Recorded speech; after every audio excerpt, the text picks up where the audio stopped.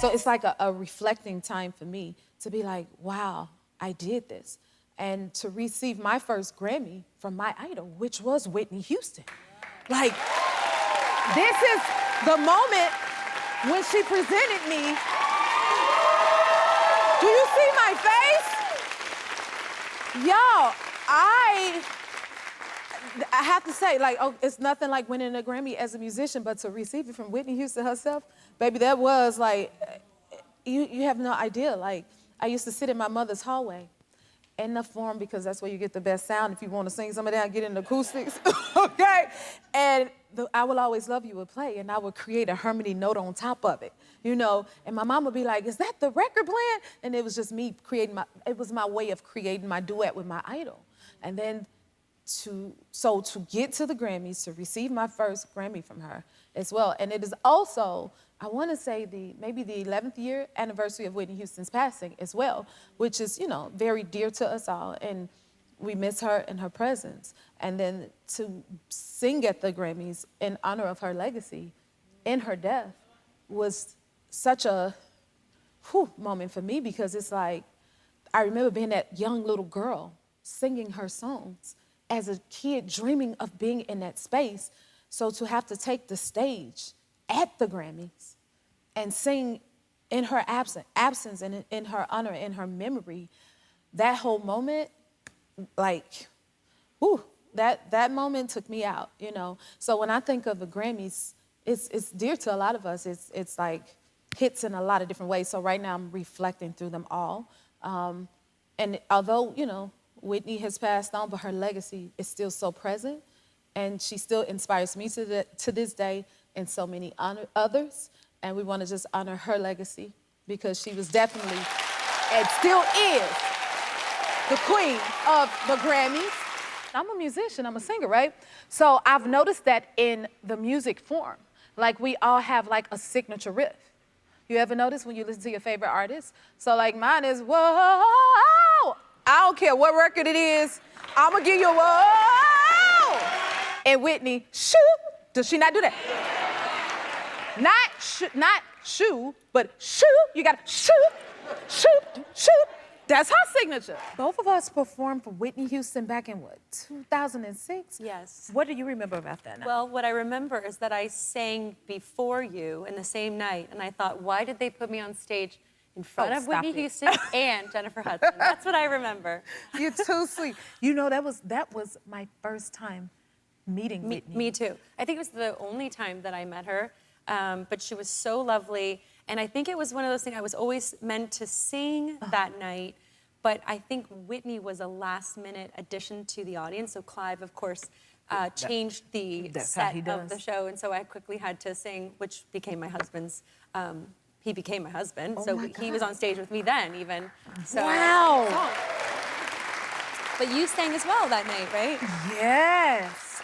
I don't remember what I sang. You sang something great, I know. But I remember... I sang I Have Nothing. You sang, and you didn't know you were gonna sing that? Well, I had sung it on the show when I was a contestant, so I'd probably sang it a few months earlier. And after I sang it, Simon said I probably shouldn't sing that song anymore. Simon. But that's okay, because, you know, David was the writer, so he was like, you're fine, you can sing it. And then, Clearly. now I have to sing it all the time. Oh my goodness. Yeah. That's a singer's dream right there. But yeah, to be able to sing for Whitney, I kind of almost forgot. I just watched the movie not that long ago, and I really loved it. And I kind of pinched myself like, wow, you're so lucky that you got a chance to meet Whitney. Yeah. How did you learn about Whitney Houston? Well, one day I was scrolling on YouTube. I love YouTube. We listen to so much music on there.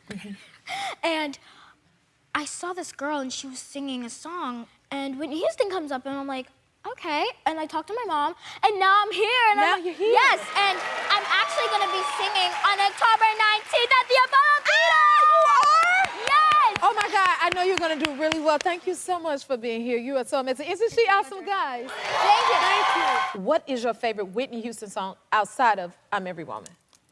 I love it. You know what I love most of the time, most of all, is when she just bursts into some gospel, a gospel song on stage. And I don't know any gospel music because I was raised in the Catholic Church. You were? So yes, I'm a recovering Catholic. Oh. The first time I ever met Whitney Houston, she was braiding my hair.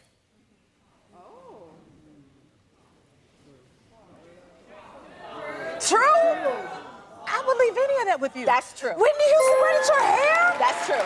So Please we tell were me. at an audition. I came into the audition, and I just saw her as the big girl, because she was like a couple of years older than me. Like, even though I was 10, I probably looked about 7, and she was about 15, right before her, you know, her big break.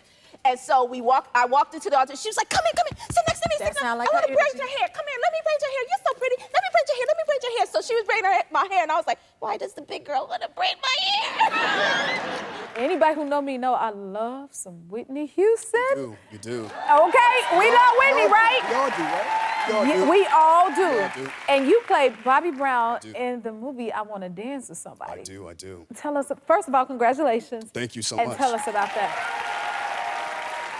Yeah, really cool, yeah. So I got involved really early on. Casey Lemons hit me up, and I was pretty nervous to take on the part, given, you know, everything that it was going to be. But you know, after countless conversations and like countless audition processes, you know, like got the part.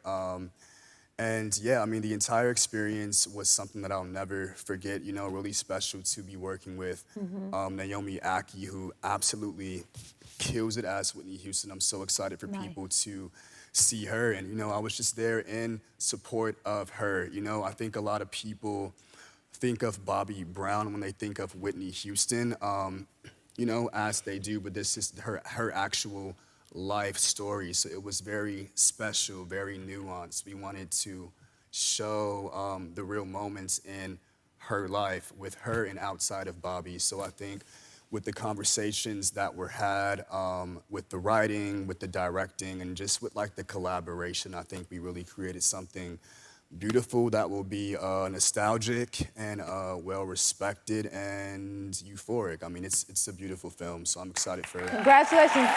a lot of people to see it. Yes, I cannot wait to see it. If you like this video, smash that like button and subscribe to the Jennifer Hudson Show YouTube channel. Check your local listings or visit jenniferhudsonshow.com to see when you can watch full episodes in your area.